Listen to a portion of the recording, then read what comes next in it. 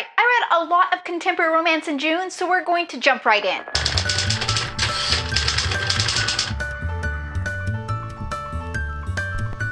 So as I mentioned last month, my friend Amanda from the Marvelous Reading Room is on a quest to supply me with a never-ending list of books with just absolutely ridiculous titles that I should read. In that quest, and let me tell you, it's definitely a quest for her. She's amazingly dedicated to it. She found me Made for Love by Marie Force. Get the pun? Made for Love. Well, you will when you find out that she's a maid. Not like a fair virgin maiden like I originally thought, but actually, I clean this hotel type of maid. And he's the son of the hotel's owner, and he comes home after many years away, accidentally knocks her off her bike so she's injured and can't go to work.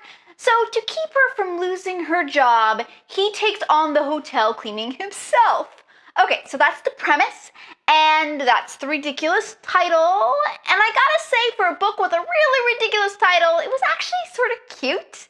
Not the most profound book I've ever read, of course, but good enough that I went on to read the next book in the series, which was Fool for Love, which is not, sadly, a wonderfully delicious pun like Made for Love was, but they can't all be winners.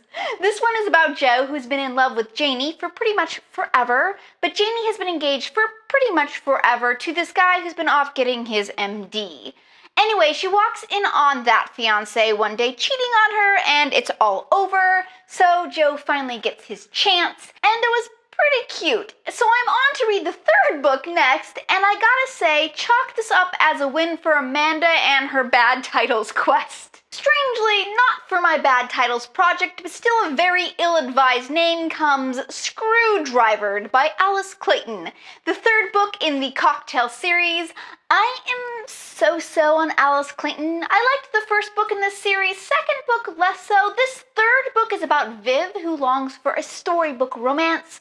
When a great aunt dies and leaves her a ranch, she figures it's the perfect premise for a romance novel, and that she's destined to fall in love with the hunky ranch hand she finds on that ranch. The librarian who sticks his nose into her ranch life to tell her what she can and cannot do with her historical property is not part of that plan.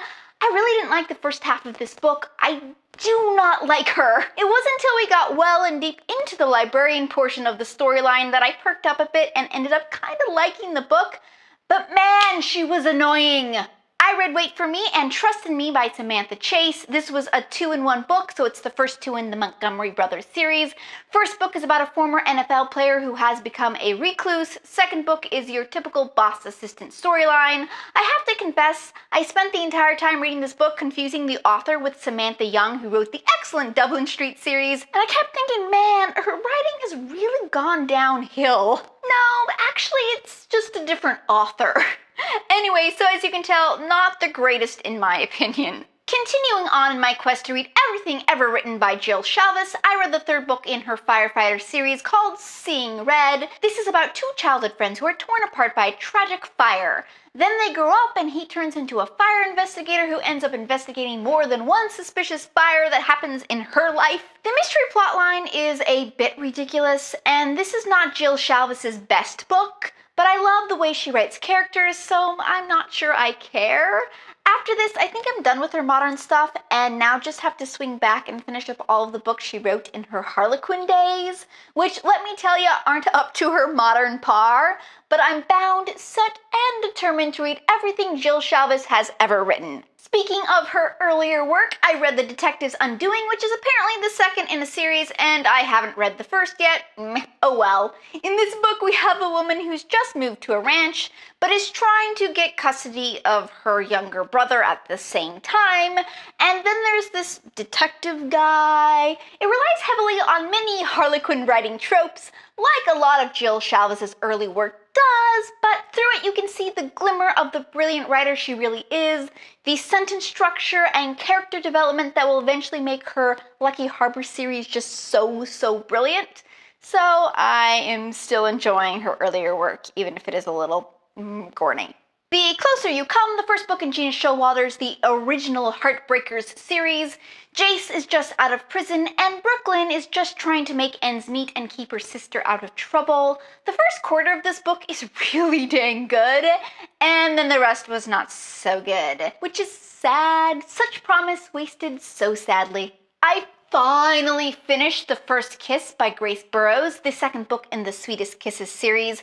I love the first book in this series, but the second one was a drag. The female lead just grated on me. It just took me forever to finish this book. Forever. It never takes me over a month to finish a freaking romance novel. Never, but this one did. What's the longest time it's taken you to finish a romance novel, and why did you keep going with it?